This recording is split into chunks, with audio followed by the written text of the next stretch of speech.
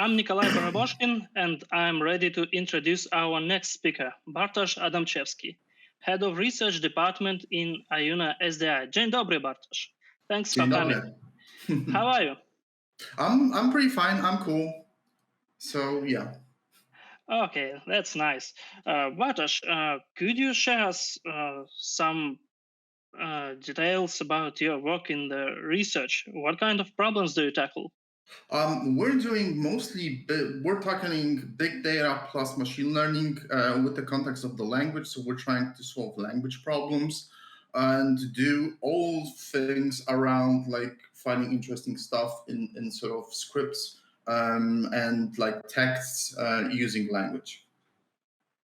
Oh, that's very interesting. And the interesting is the way how it relates to your talk about the compilers.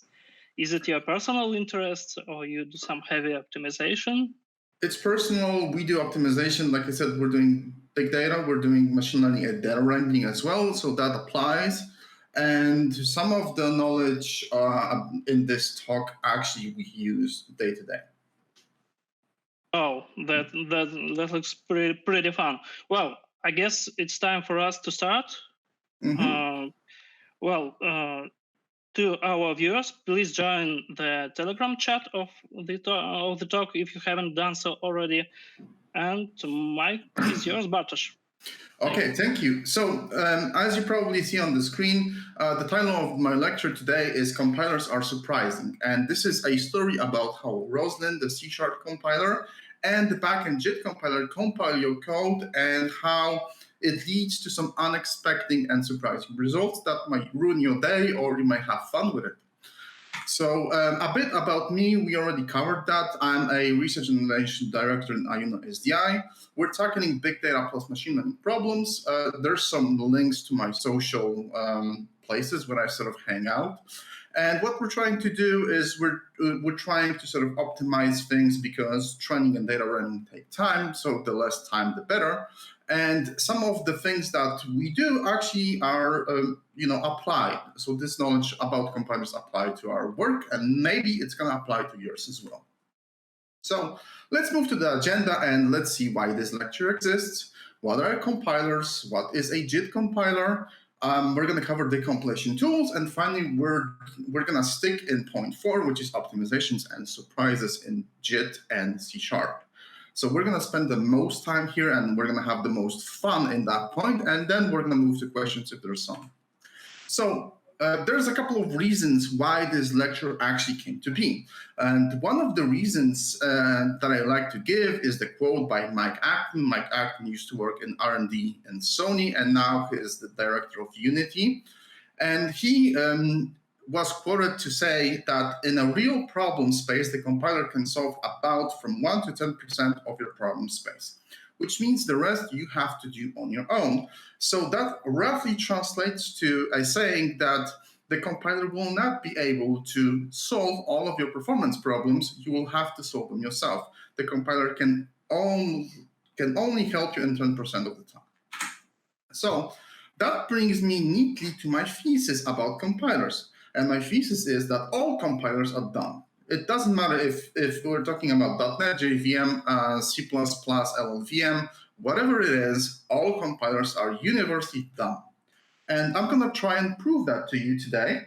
And we're going to tackle the .NET compiler. But there's other compilers that we could tackle as well. So again, another reason that is why this exists is the problem map. So each time we sort of build something and try to solve the problem using algorithms, there are 4 ways that we can do it. So a simple algorithm implemented in a simple way, a complex algorithm implemented in a simple way, and a simple algorithm implemented in a complex way, and a complex algorithm implemented in a complex way. So this knowledge here applies to the first 2. So simple done in a simple way and complex done in a simple way, because that means that you're sort of exhausted your possibilities to improve the algorithm itself.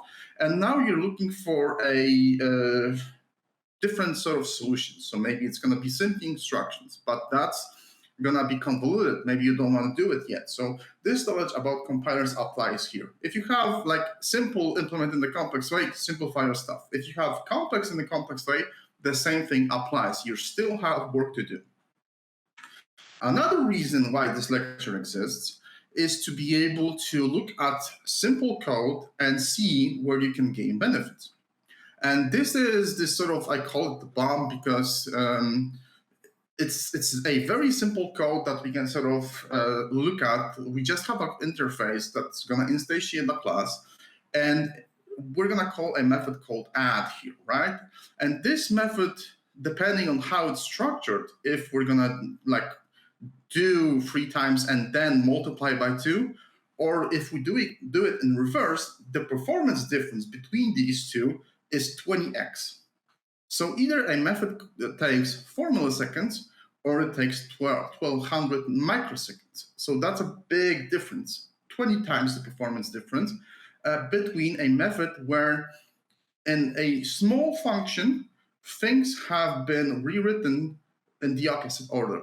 So this is why the lecture exists as well, to be able to show you that you can have significant gains just by tweaking things just a small bit. And it might apply to you, it might not, but it's something that is worth looking at least, right?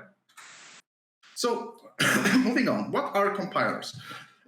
So in the simplest term, a compiler is a program that translates the computer code written in one programming language into another language. There is an implication here that when we say this sort of thing, we mean that the specification in one programming language is translated to a different specification, but less abstract and more it's more specific, right? Because otherwise we're talking about transpilers, which convert one programming language to another. So this is essentially a compiler. So in the olden days, the compilers were these monoliths where we had the lexer, parser, semantic analysis, optimization, assembly generation, and linking, all in just one big package. But nowadays, things are pretty different. So the compiler has actually split into 2 compilers, the front-end compiler and the back-end compiler. The front-end compiler will do lexing, parsing, semantic analysis, optimization, and what have you, but it will do code generation to IR actually, which is called intermediate representation. So in terms of C# and .NET, which is what we're going to cover, it's IL. So this is our intermediate representation. And now that thing gets loaded by the backend compiler, which will do heavy optimization. It will do generation on specific target platforms. It will do assembly, it will do linking, and it will do all of the optimization stuff that's needed in order for it to be able to be run. And that is actually .NET JIT. So that's the backend compiler in .NET. So when we move to how the .NET JIT specifically operates, it can be roughly translated to these steps. So now we're going to import our IL code. We're going to do inline and we're going to do morphing. Inlining means that we're going to take one function, source code, really, instructions, and put it into another function to decrease the call cost and to further optimize stuff. Code morphing pretty much applies to writing the function so that it can be more performant we can better reason about the function. Then we're going to do control flow graph optimizations, which means that we're going to convert our code into graph. It's done, so sequential operations are just one block, and if statements are a connection between other blocks. So that means that we're going to create a graph. And having that graph, we can apply more optimizations. Then we can move to signal starting assignment, which is, again, one of the optimization techniques that has this interesting idea that all of the writes to the same variable actually are treated as a different variable. Then we're going to do command sub-expression elimination, which means that redundant things can be folded inside and can be rewritten. And finally, the compiler will do range checks. So if our array is within scope of our scope, then we're going to do the lowering. Lowering is an interesting optimization where we're going to take pieces that are highly abstract in the language, and we're going to convert them to a lower abstract representation. So a typical thing that you might find is for loops are non-existent most of the time and are rewritten into while loops because at the lower level, there's no such thing as a for loop, really. Another interesting piece of information is switch case statements. So switch case statements are actually rewritten depending on the context, into jump tables or if statements. So no such thing as switch statement exists at the lower level, so that's why we have to lower it. Finally, we're going to do linear scan register allocation and code generation, and finally code imaging. So register allocation is this very important thing where we know that the CPU has a certain set of registers that are even limited by the operating system sometimes. And we have to use those registers to the best of our ability, because stuff that is used in registers is the fastest. So that's a very important thing that the JIT compiler has to do for us. So going back to tools. So what tools are we going to use? We could use a Sharp Lab. So it's a tool, an online tool where you can sort of type your C# code and out goes the assembled code in JIT. You can look up IL. You can do a lot of things with this tool. It's like fully featured, very good tool to be able to do our analysis in. The only problem with this tool is that it's an online tool, which means that if it blows up, and it sometimes happens, the connection breaks, we're not going to have a lecture actually to do. So we're not going to use this tool. But I encourage you to check it out because it's really cool. Another thing that we're going to use actually is my custom decompiler. It's pretty much the same thing as Sharp Lab, which is the online decompiler. But it's online and it's a plugin to Visual Studio that I sort of wrote. And we're going to focus on this because it's the simplest thing to do presentation in. And finally, we could use WinDBG. WinDBG is the best thing, the best debugger ever created. It's fully featured. It's like insanely complicated. You can do esoteric stuff in it. But the downside is that it is complicated. You have to sort of do a lot of operations to be able to get to your desired result. And you have to understand what it's sort of outputting on the screen. And that's why we're not going to use it. But if you want to do a full analysis on anything, use WinDBG. All right, so let's move to the minefield. And the minefield is the things that we're going to do in order to break the compiler and to actually show you how small things lead to big differences in performance. So we're going to do folding, conditions, throw helpers, loops, structs. And if there's going to be enough time, we're going to do try, catch, and inlining. Most likely not, but these 2 bullet points are here just to show you that there's more to cover, and we're not going to make it in time. On the right-hand side, though, you have this table called a hazard level. So folding is just a good introduction to the things that we're going to do. It's very simple. Then we're going to move to conditions. Then we're going to move to throw helpers, which actually is a very cool optimization. And from there, it's just going to be crazy. And if we get to struct and classes, then the level of craziness is going to get high. So just a heads up. All right, before we do our demos, a small primer to assembly code, just to sort of give you the perspective of if you sort of read a MOV instruction, that means assignment, and MOV with brackets is actually indexing memory. Then we have the LIA, which is the most complicated one, because if you have operation in brackets, that actually is a mathematical operation that's going to be assigned to A. Add, removes, multiplies, that's actually pretty straightforward. Then we have a if statement. So if statement is a compare instructions followed by one of these, right? And if you see like jump equals, that means it's equals, lower than, and whatnot, right?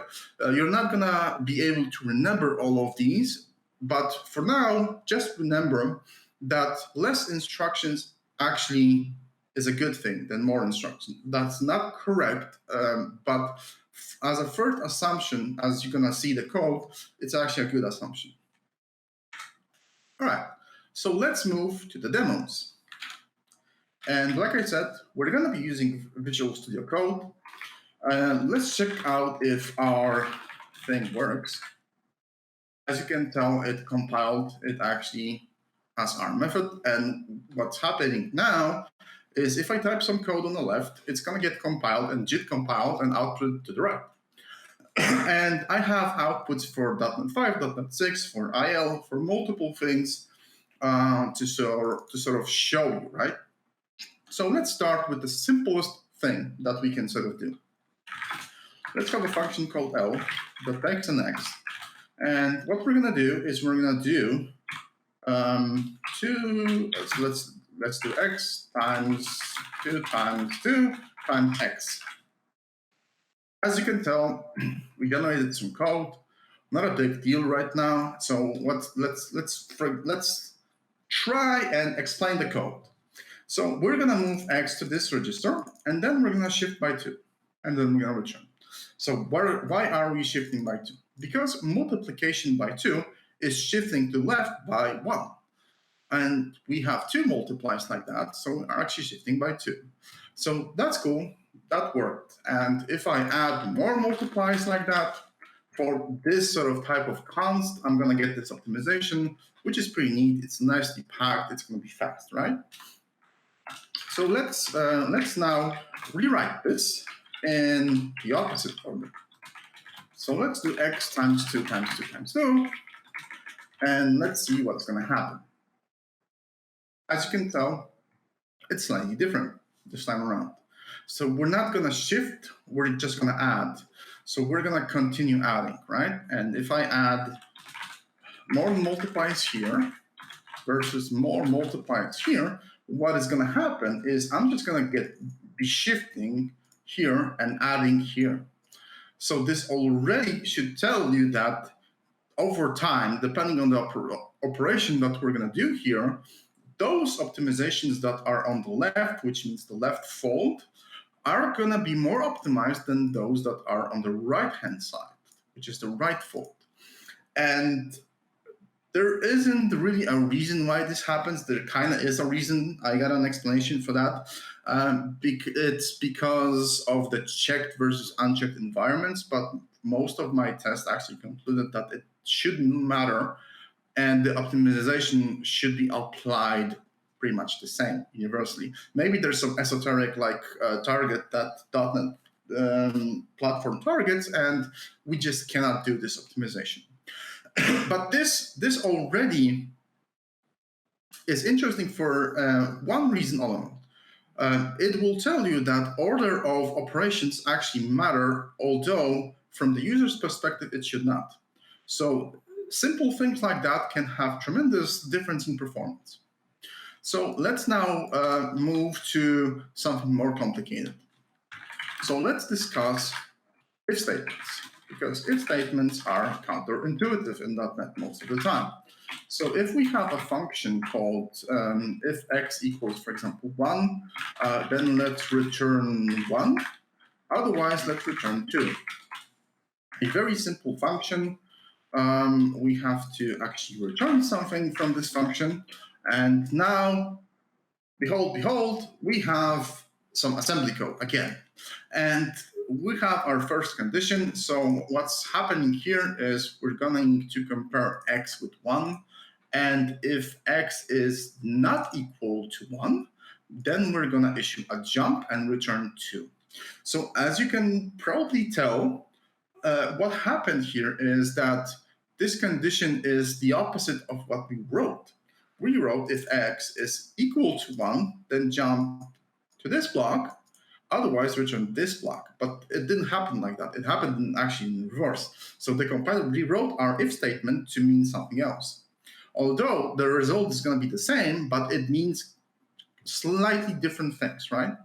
So why is that? And why it could be a problem, or it could be something good, right? So let's maybe discuss this piece of code. So if we're going to compare x with 1 and x is not equal to 1, then we're going to jump.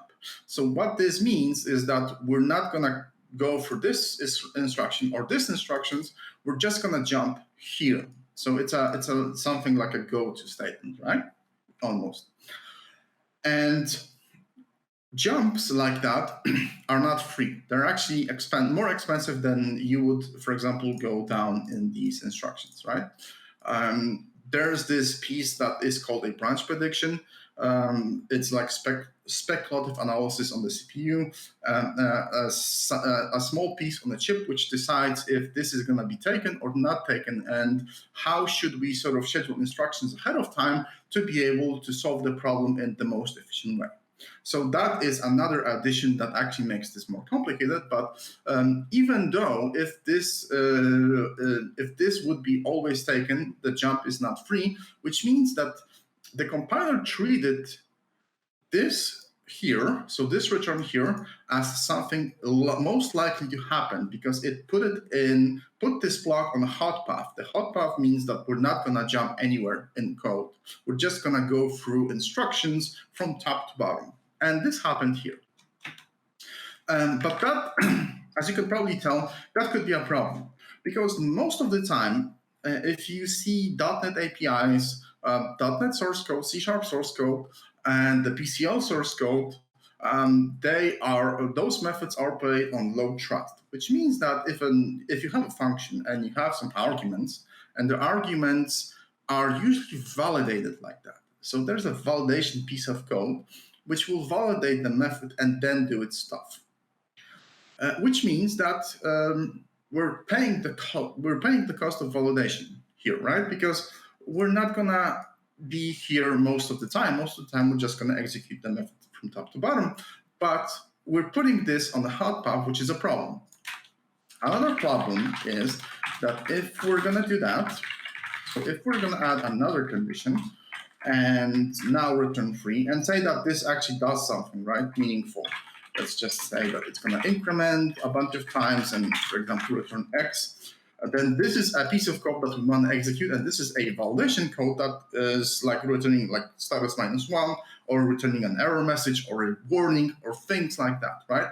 Now, and this is going to be less likely than our, just executing like proper piece of code. So now, in order to be able to go to the meaningful stuff, we have to compare X with 1. If it's not equal, we have to jump here. And now we're going to compare X with 2. If it's not equal, then we're going to jump here and execute this meaningful piece of code. So that's a problem. Now we're going to pay the cost. And the more conditions like these sort of entry conditions that we're going to have, the bigger the problem that it's going to get, right? So why .NET actually did that? Well, in this sort of branch of business-specific languages, most of the time it's assumed that there's going to be a lot of if statements and a lot of branching logic because it's business development, which means that most of the time these will be likely to happen than not likely. So that's one of the, I guess, compelling arguments for this. For example, C++ will just do it in the reverse order, but most of the languages will do it in this order, right? So that's a problem for our sort of case where you have this piece of code that we want to do, right? And it's going to be a problem if we're just going to return a message or we're trying to do something else. In order to be able to fix this problem, we could reverse these conditions and it would be fine. Stuff would be on the hot path, but most of the time, we're just going to throw, if this is a validation error, we're just going to throw an exception, right? We're not going to return stuff. So let's simplify this a little bit and let me show you how it's going to behave when we do like throw new, which just is a new exception. And now the conversation is actually reversed in the correct order. So the compiler actually correctly assumed that now this is not likely to happen. This shouldn't happen. It's not likely, and we shouldn't be doing that, right? So now this piece of code is actually on a hot path because we're not issuing any jumps. We just jump to the exception handler, which is this thing here, right? So that's good. That is actually a meaningful optimization that actually saved us a lot of performance. But sometimes this validation logic and setting up the exception logic can be like complicated. So people will either do like validation guard, so it's going to have a guard plus like some condition, and then it's going to throw an exception, or the setting up the exception with proper messaging, proper arguments might get complicated. So we put it into a method. So the method would be like throw. And we're going to pass X and set up the exception somehow, right? So we're going to throw new and let's do X to string. We can assume that this is complicated for some reason. And now we're going to call this method with X. right? And as you can tell, the conditions were reversed again, so it's not what we want. So now the call is on the hot path, which is definitely not what we want to end up with, and that's a problem. Luckily for us, there's a hidden optimization in .NET, which is called a throw helper. So a throw helper is this function that sets up the exception and can do validation logic, can even do guards in certain respects, but it has to have a very specific signature in order for it to work. So the signature is that it's a throw helper is a function that has all of the exits of the function are throws, and the signature returns void. So if I would like return 1 from it, and even if I have a void, if I would have a branch that returns something else than a throw, then it's not going to work. But provided that the only exit point is the throw, actually, then it's considered a throw helper, and it's going to get optimized to do the correct thing and put the exception call on the call path and put the meaningful piece of code on the hot path. So as you can see, .NET is actually prepared for this, and this is a cool optimization. I wish that more people knew about this, because sometimes the exception guards can actually be very detrimental to performance if you don't know about this logic, because exception guards can be put completely on a hot path and cause problems. So it's a wonderful thing to be able to sort of do that. All right, so moving on to different sort of if statement. So we have this cool if statement. Well, it's not an if statement, it's called a switch, right? So there's a new switch and the old switch now in the language, but let's cover the basics for now. Let's see, let's have like case 3, return 3, case 1, return 1. And let's like return something else here, like, I don't know, X. Right, and this is actually a good example of lowering. So we have a switch case statement, and we're gonna pass in an X, and the X has like 2 cases and 2 returns. So what the compiler generated actually is just 2 if statements. So if X is equal to 1, then we're gonna jump here and return. If it's not equal, then we're gonna compare it with 3, and then we're gonna return. Interesting piece of thing that happened here is that our conditions were 3-1 and not 1-3. So as you can probably tell, they got sorted by in the sort of ascending order, right? Not what we wanted, and that might be a problem, because if the compiler, if we have a branch predictor in the CPU, and we do, and some of the conditions are more likely than others, and we know that from the business perspective, then we might want those conditions to be written out explicitly as we intend to, because otherwise we're not going to get the performance benefit. But it is what it is.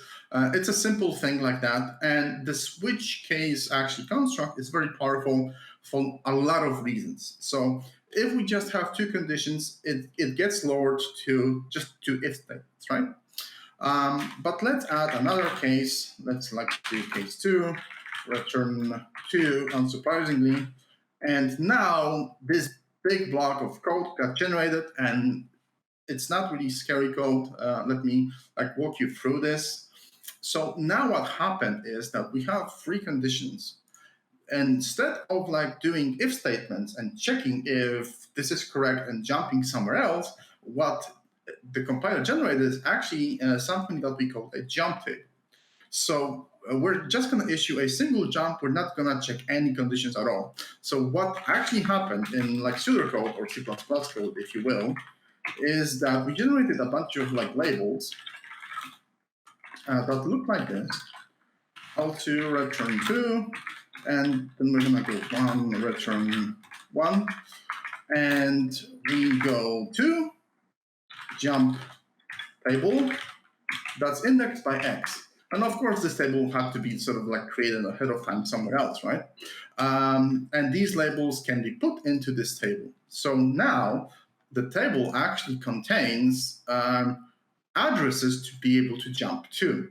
So we completely remove if statements from the equation. We just issue a single unconditional jump, and we're going to have to pay for that jump no matter what. But the sort of intention of this is if we have lots of cases, for example, and we don't want to check if statements all the time, then a single jump, although it is costly, is going to be better than checking 5 if statements, one after the other, right? And hoping that we're going to get lucky and like get the correct one quick, right? So this is a worthwhile optimization. It's something that the compiler does, and it's really, really cool. There's some catches here that you need to be aware of if you want to sort of benefit from this optimization. So it's going to, since it's indexed by X, by the input argument that we switch on for ints, because for different types, it's going to optimize things differently as well.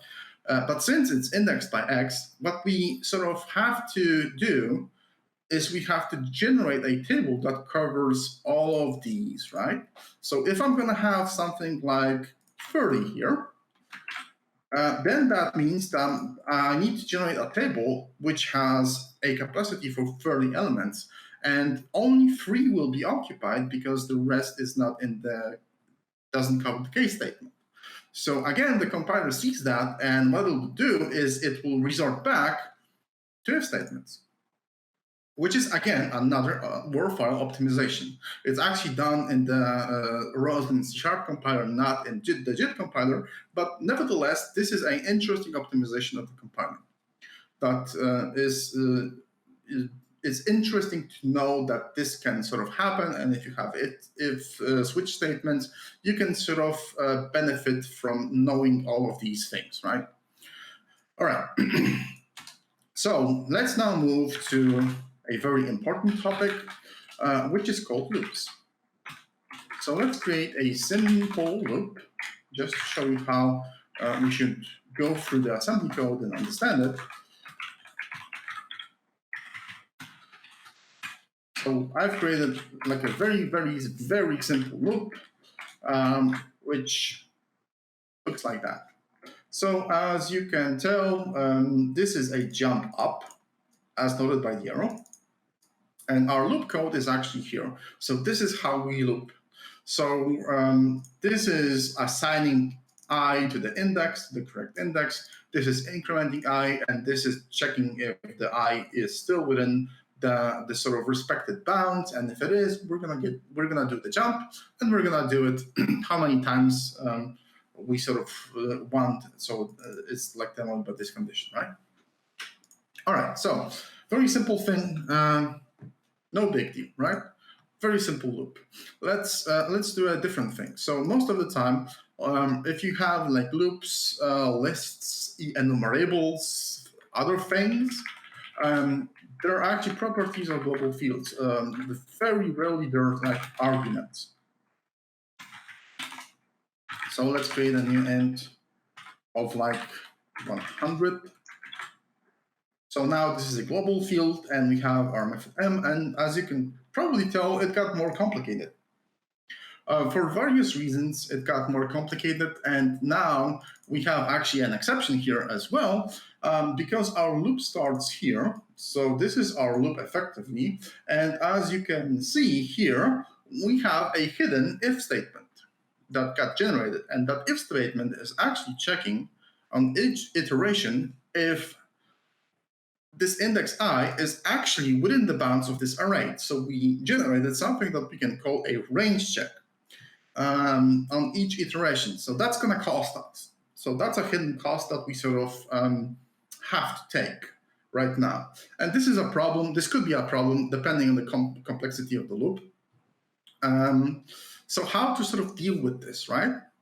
The compiler cannot really optimize this because this is a global. It might be used by multiple threads. In terms of the array, that doesn't make much difference. But the compiler does not know this, and it will sort of behave in this sort of consistent way that if something is a global and it has an array underneath, well, then we should bounds check because we might fail, right? So the solution is copying to a local, and this is a common theme in specifically .NET, not other compilers, but in .NET, actually, this is a common theme. If something is slow, copy it to local. Maybe it's going to get faster, and most times it's going to get faster. So if we copy this array to a local and now use this array, then we sort of generate the code that we have in the beginning, which is the simple version of the loop that actually runs really, really well.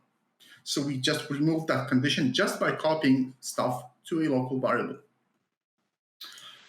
But you might say, okay, but I don't want to sort of iterate the entire array. I just want to assign like 5 indexes, right? So first 5 indexes, the rest I don't really care about.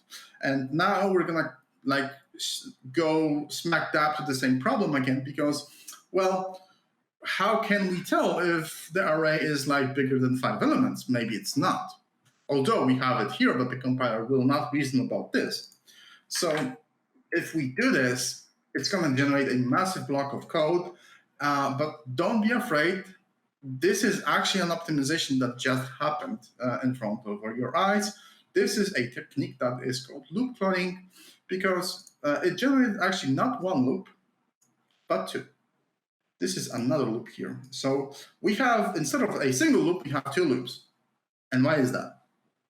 Well, it is because if we enter the method now, the compiler will emit a check, which is actually here. And we will check if the array is actually has a capacity to house 5 elements.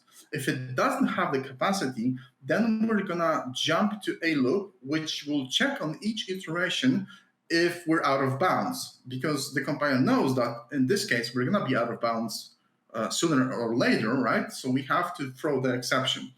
But if the array is within the bounds, then we're gonna go to this fast loop, which will not have this if, because it's not needed, because we have a guarantee that nothing will happen to it, so we might optimize. And this is how it's sort of done, right?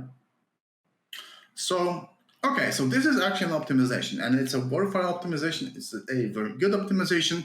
It generates a lot of code, but it is what it is. And maybe we could like make it better. The compiler could make it better. There are different implementations of that, but it is cool. The only problem with this sort of .NET optimizations most of the time, unfortunately, and it's not specific to .NET, all the compilers actually have this problem as well. Some are better, some are worse, is that specific optimizations like that are very fragile. And what do I mean by that? So we check if I is less than 5, but how about less than equal 5, right? It's still valid check. And if we do that, then the optimization is gone. There's no optimization. There's no loop cloning happening anymore. Why? Because you have to have a very specific signature for the loop. If you break the signature in any way, shape, or form, it's going to get disabled. And it has to be like I, has to start from somewhere. It has to be less than, always less than. It has to have a single increment. And this value has to be either like known at compile time. So if we're gonna do stuff like, for example, let's have an x here, and it's like 5 plus x, then again it's not gonna work because we don't know what the value of x is ahead of time, so we can't optimize, right? So it is very fragile. Another piece of fragility is that if we have a global and we don't use the copying trick, then we're going to have the same problem. It will not enable loop cloning at all, and it's going to be slow, well, potentially slow, right? So we always have to have this very simple signature, and don't get clever to get this optimization. So cleverness is out of the picture. It has to be simple. Okay, so another example, which sort of might happen, is if we have like x and y, and let's do it like that, and let's go by length. So if we have a computation like that that can be sort of computed ahead of time, the compiler is smart enough to be able to like put this computation and do it ahead of time. So actually, we're gonna just assign a register, and that register was pre-computed. And if it got pre-computed, then we can sort of just use that register all the time. And this is a really cool optimization that the compiler does for us. So we don't have to sort of remember. It's good to remember, but if we don't remember, then that's fine. But of course, like with most things, there might be problems. So we can, for example, sometimes accidentally like break it if we do like an optimization like that. So this is a const, this is a const, and this is just an operation. And as you can tell, all of this code like got put in here, although it didn't have to, right? We can compute this ahead of time and we can assign it to a register, but not all optimizations like that are covered by the compiler. Some are missing, some are wrong, sometimes there's bugs as well. So it's good to do it yourself, because you might find problems. Of course, it's not that simple. Sometimes we're going to have like function calling a function or loop within the loop, and you might forget. And that's how you sort of unfortunately pay for it, because the compiler might not catch it and not sort of hoist this computation out of this loop. All right, so, but if we're talking about high performance, there's another thing that we're going to use instead of arrays for high performance most of the time, and it's going to be a span. So most of the time, if we're dealing with like high performance thing, we're going to have a span, and we're going to have like, for example, this, and we're going to do things with the span, right?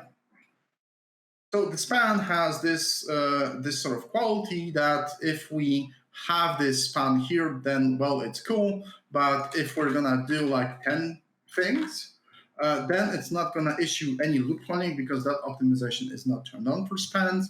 And it's going to emit an if statement, and we're going to pay the cost, right? So how to deal with this when we're doing like span operations?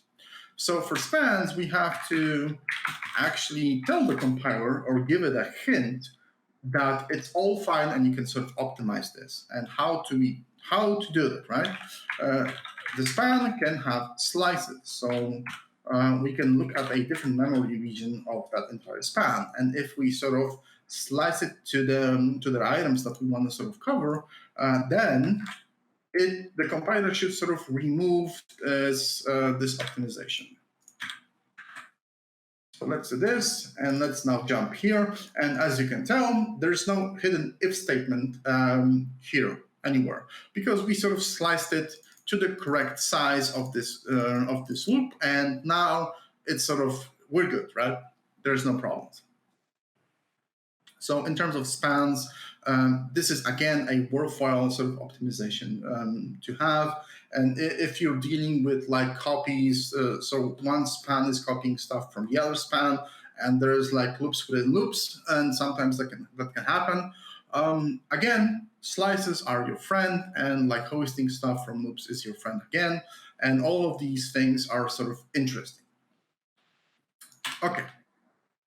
Let's move to some craziness now. So we covered loops, we covered like the basic things, and now let's do crazy. So let's have some fun. Let's start with the insane example, because I think we're gonna go out of time soon. So let's start with a struct. So a struct is a really interesting type. It's useful for like high performance again. And let's call it a struct, just because. And let's have an interface. Oops, nope, not like that. And let's do a method on that interface called do, and let's have an empty struct which will just implement that interface. Let's implement that method, public int do, and that method will return 5. All right. So we have this this thing, and let's have a method, public void m, where we're gonna do just one simple thing. And let's collapse these to conserve space. let's do the instance of the interface equals new struct, and let's change the signature to int, and let's just return this function call. And that's it. And as you can tell, this is a cool optimization because the struct actually didn't get sort of allocated anywhere. It just ended up in the register. So we just returned 5 and that's it. That's a really cool optimization because we're dealing with an interface here. But the compiler sort of saw that hey, that interface is really a struct. So why should we sort of virtualize that and go through maybe a heap, not even a stack, right? So it is cool. It's an optimization that we sort of want to have. But let's now complicate this just a little bit. So let's do 1 plus a do. And as you can see, things got complicated. So we're doing like new, and we're sort of allocated somewhere. Maybe it's a stack, maybe it's a heap, who knows? But we're getting allocated. And we're doing a lot of things, and now we just cannot see that this is actually a file, and we have to sort of go through the virtualization mechanism to be able to call the method and then return the result. That's actually roughly 1,000 times slower than the method I showed you before. And it's a problem, right? Okay, so let's back off, and let's do a do plus 1. That returns 6. Again, order of operation actually makes a difference. Sometimes it makes a big difference. You might say, well, okay, yeah, that may happen. I know now. I'm gonna be like paying attention to this, right? All right. Let's create another method called n. Let's do the same thing, but let's reverse this.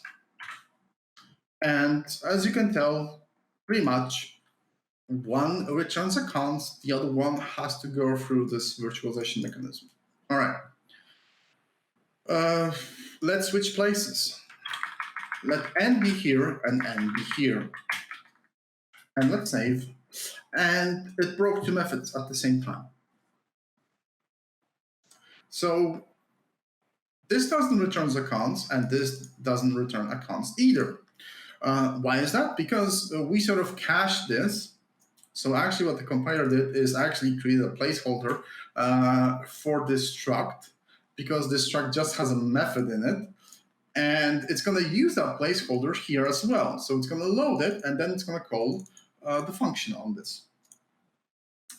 So it kind of is broken, right? And we can maybe see what's happening in .NET 6. .NET 6 is actually much better, but the first call is broken as well. So that's something interesting to sort of keep in mind. And structs are full of, like, structs are a spider pit of like misery in .NET 5. They're better in .NET 6, but we can sort of see how complicated it is to do all of these optimizations, right? So let's do another thing on the struct. Let's remove that interface. By the way, something similar happens in the classes, but you have to sort of structure it differently, right? Hence the first example I showed you where it was like 20x performance. Different thing, but still can happen on classes. Let's create a struct. And now let's, instead of doing that, let's do public and like field, right? And let's create that struct. We just need one method now. And let's do a plus plus a bunch of times, and then let's return that field, right? Again, something weird happened. You might not realize that, but this is not something that we wanted, because we're moving the struct to the stack and incrementing the value, putting it back, and we're doing all this sort of like busy work that shouldn't be here even, right? So let me show you how to fix this. So if we have this field a, let's do a equals a plus 1. And let's here do a equals plus 1 again. and let's maybe rename that to something else, and it returns 2. So better, right?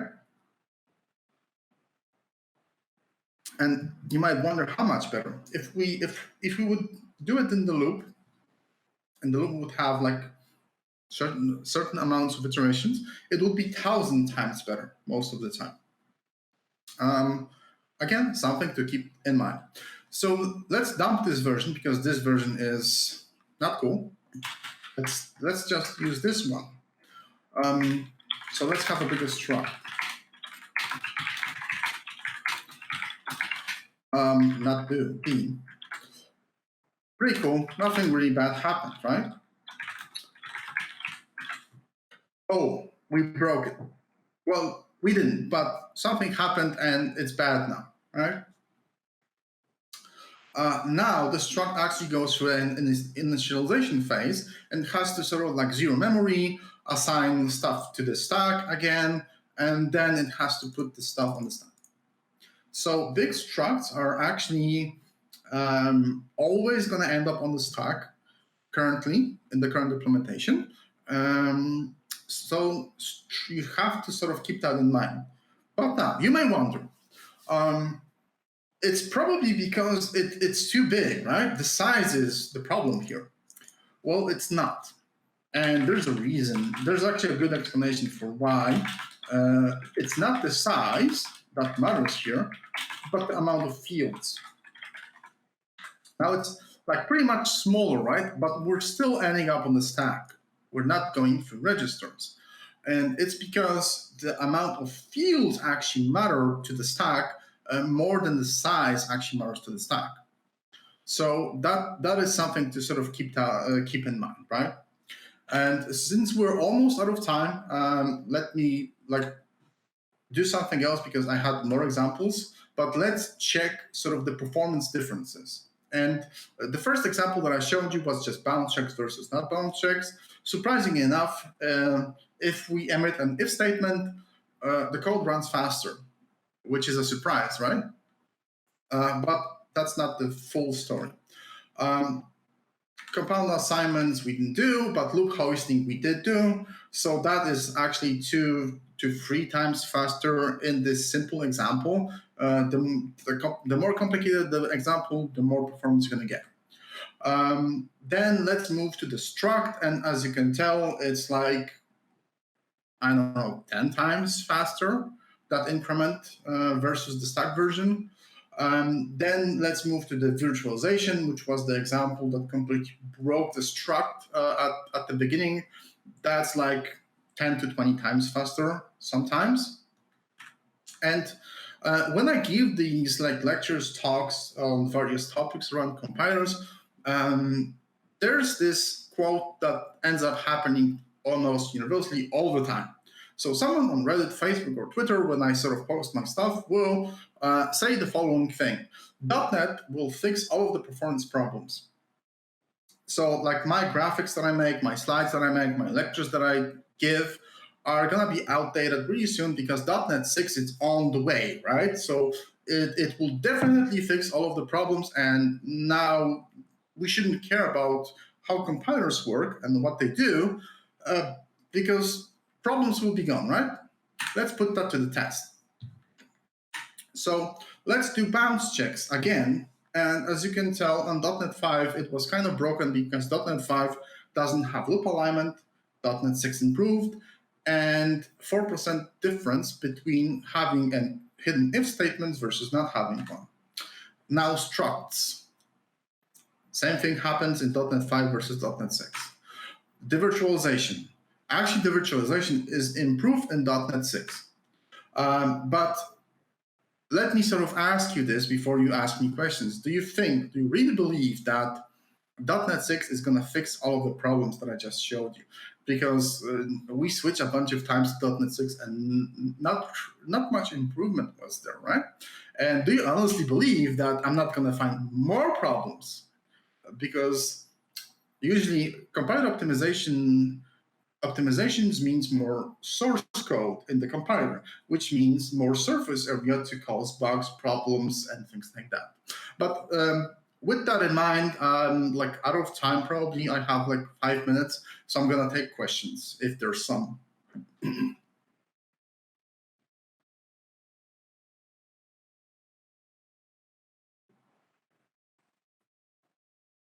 Bartosz, and I will ask everybody to write your questions to our chat. Russian is okay too. I'll handle the translation.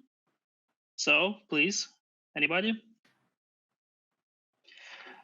And while our visitors get into the chat and write, I would throw some questions from myself probably. Yeah. You've mentioned a lot of, well, I would say micro optimizations. And what is the performance gain in the problems you solve from your experience? So like copying to local, we had a process which had to do like massive data wrangling. And we stumbled upon this problem that we didn't want to optimize the algorithm anymore. There were like places to optimize, but that would constitute a complete rewrite. We didn't have time for that.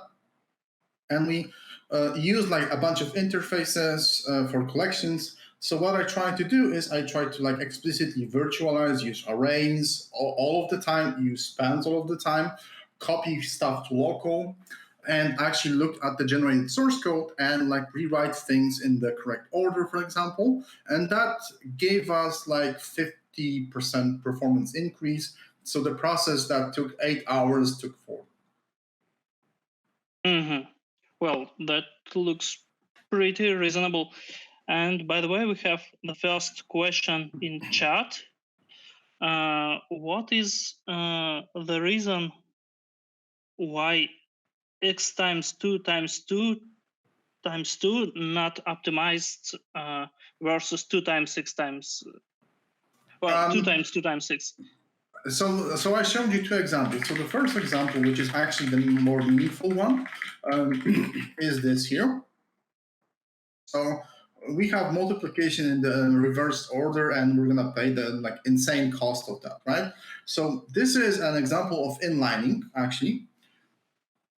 So in the left-hand side, well, in the right-hand side, which is the faster version, this is going to get inlined, which means that this code from here, it's going to get pasted here.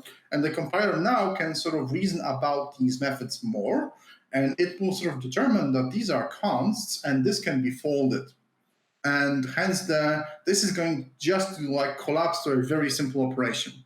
Well, this one will not inline, because inlinement is actually computed as a heuristic, which means that there is some weights attached to these operations, and depending on how it sort of turns out, we might inline or not inline. And in this case, this is more expensive. This function is slightly more expensive, which will prevent inlining, and this will be just called as a virtual argument, and it has to sort of do the lookup and do a bunch of like operations, which will slow it down tremendously. Okay, thank you. By the way, we are running out of time, and I encourage everyone to join Zoom discussion. Please follow the link, and we will see you there. Thank you. Thanks.